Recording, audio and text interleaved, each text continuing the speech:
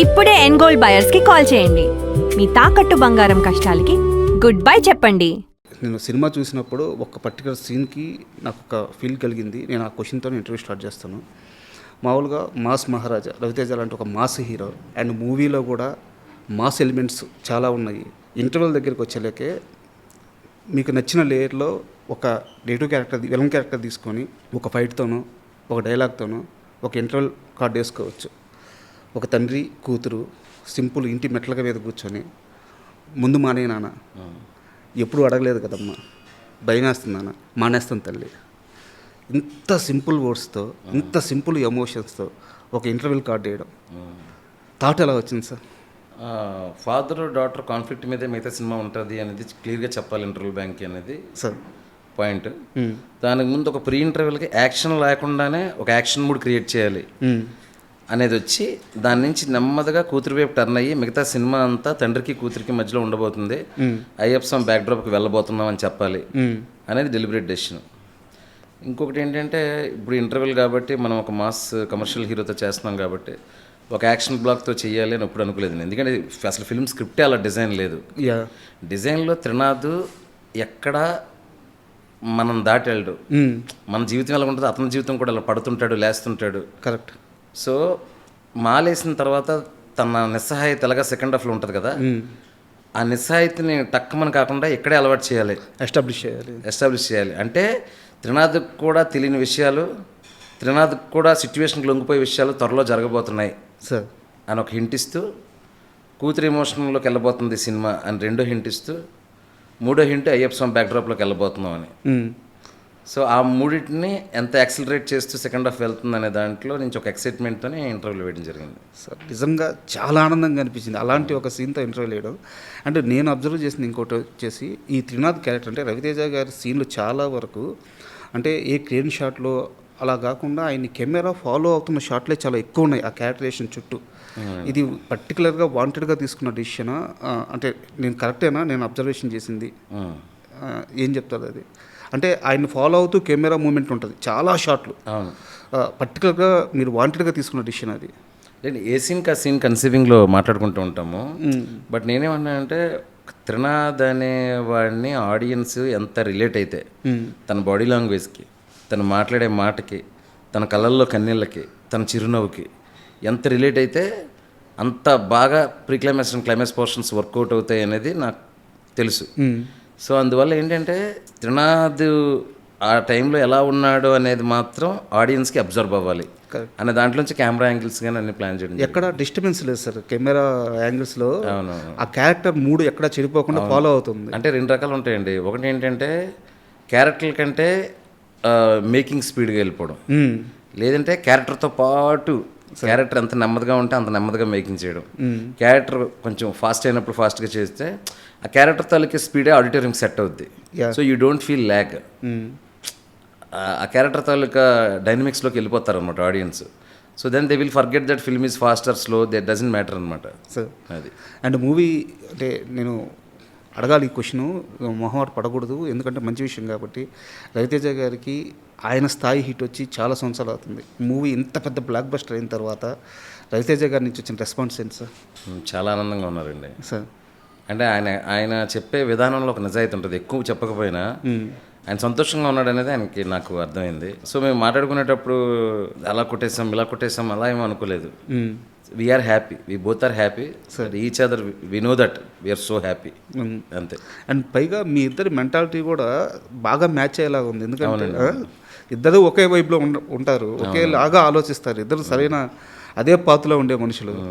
So ఆ experience ఎలా ఉంది సార్ ఇంత మేకింగ్ ఎక్స్పీరియన్స్ రవితేజ గారితో? ఇప్పుడు నేను కథ చెప్పాలనుకుంటాను, నా కథకి ఏం కావాలో ఆయన కరెక్ట్గా ఇచ్చేయాలనుకుంటారు. సో ఇప్పుడు సీలియర్ వెళ్ళిపోయి ఇంక స్టార్ట్ చేసిన తర్వాత అండి ఆ కథకి ఏం కావాలో చేసుకుంటూ వెళ్ళిపోయామండి. అన్ని సినిమాల్లాగే దీనికి కూడా ఏం కావాలనేది చేసుకుంటూ వెళ్ళిపోయాం.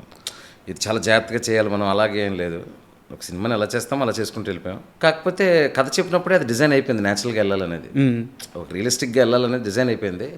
ఆ డిజైన్లో ఆయన నన్ను చేయనిచ్చారు, ఆ స్పేస్ ఇచ్చారు. ఇప్పుడు లుంగి అంటే లుంగి, గల్ల షర్ట్లు, నార్మల్ డైలాగులు చెప్పేటప్పుడు ఏదైనా కొంచెం అక్కడ ఉన్నదానికంటే ఎక్కువగా లౌడ్ అవుతుంది అనుకుంటే అన్న ఇలా చెప్దామన్నా అంటే గుర్తు చేసేవా ఇలా ఉన్నప్పుడు ఇప్పుడైనా ఆయన న్యాచురల్ ఫ్లో ఒకటి ఉంటుంది. ఆయన న్యాచురల్ ఫ్లో ఎప్పుడైనా ఆయన న్యాచురల్ ఫ్లో కొన్ని సీన్లు బాగుంది అనుకున్నప్పుడు నేను వదిలేసేవాడిని. ఇప్పుడైనా న్యాచురల్ ఫ్లో ఓవరాల్ తిన్నది క్యారెక్టర్కి ఏమైనా చిన్నది ఇబ్బంది పెడుతుందంటే అన్న ఇక్కడ ఇలా చేస్తే బెటర్ ఏమో అంటే సూపర్ శివ నువ్వు అలాగే చెప్తూ ఉండు అని చెప్పి ఆయన చిన్నది కరెక్ట్ చేసుకుని మళ్ళీ చేయడం అలా ఇదో సింక్ అంతే. అండ్ సీలేరే ఎందుకు సార్? ఎందుకంటే మీ జిల్లాకు సంబంధించిన మీ ఏరియా అనుకొని వెళ్ళారా, లేకుంటే సీలేరు మాత్రమే ఎందుకు బ్యాక్గ్రౌండ్? అంటే మీరు అన్నట్టు అయ్యప్ప స్వామి భక్తులు అన్ని రాష్ట్రాల్లో ఉంటారు, ఎక్కడైనా ఉంటారు.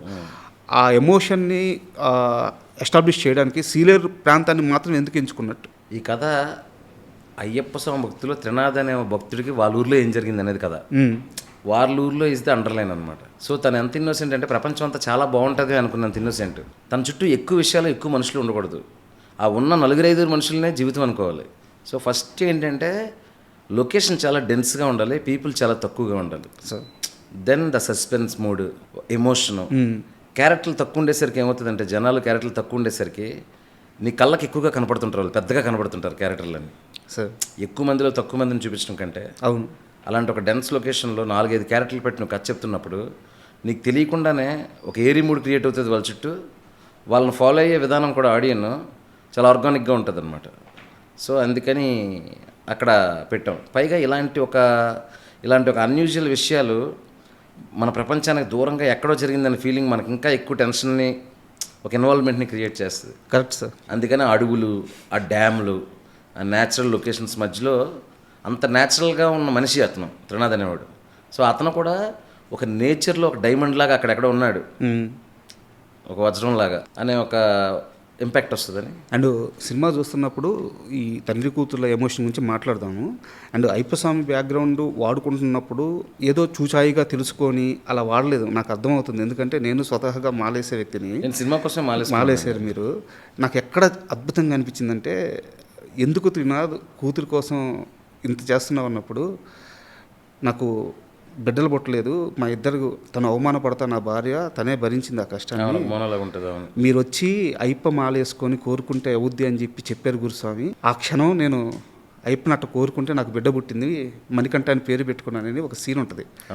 అయ్యప్ప మాల వేసుకున్న కన్యస్వామి, నేను మామూలుగా రియల్గా చెప్తున్నాను, అయ్యప్ప మాల వేసుకున్న కన్యస్వామి ఎంత పవర్ఫుల్ అంటే ఆ మాల కాలంలో 41 రోజుల్లో ఆయన ఏదైనా ఒక్క కోరిక మనస్ఫూర్తిగా కోరుకుంటే ఆ కోరిక నిజమవుద్దని గురుస్వాములు చెప్తుంటారు.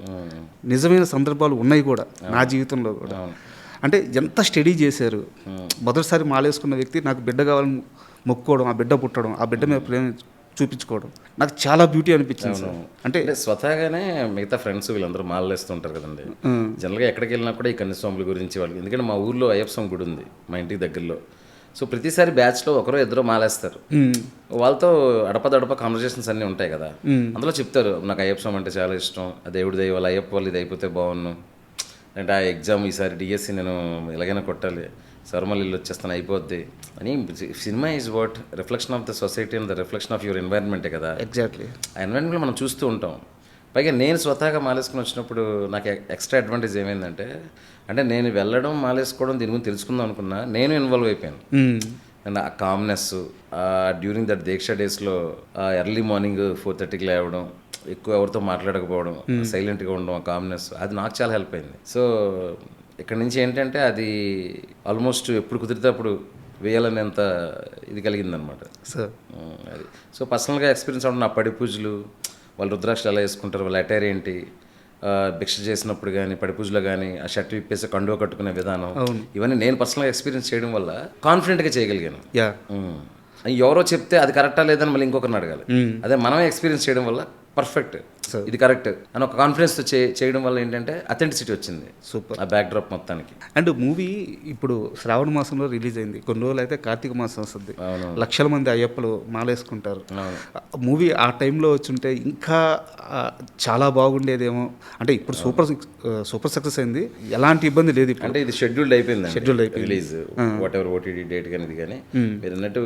అంటే ఇప్పటికీ కూడా ఈ సినిమాలో పాటలు కానీ ఇవి కానీ రేపు కార్తీక మాసం రాగానే మారుమైపోతాయి. నేను 3 పాటలు ఉన్నాయి, బ్రహ్మాండమైన పాటలు. కట్టు సాంగ్ ఉంది, మల్లెపూల పల్లకి ఉంది.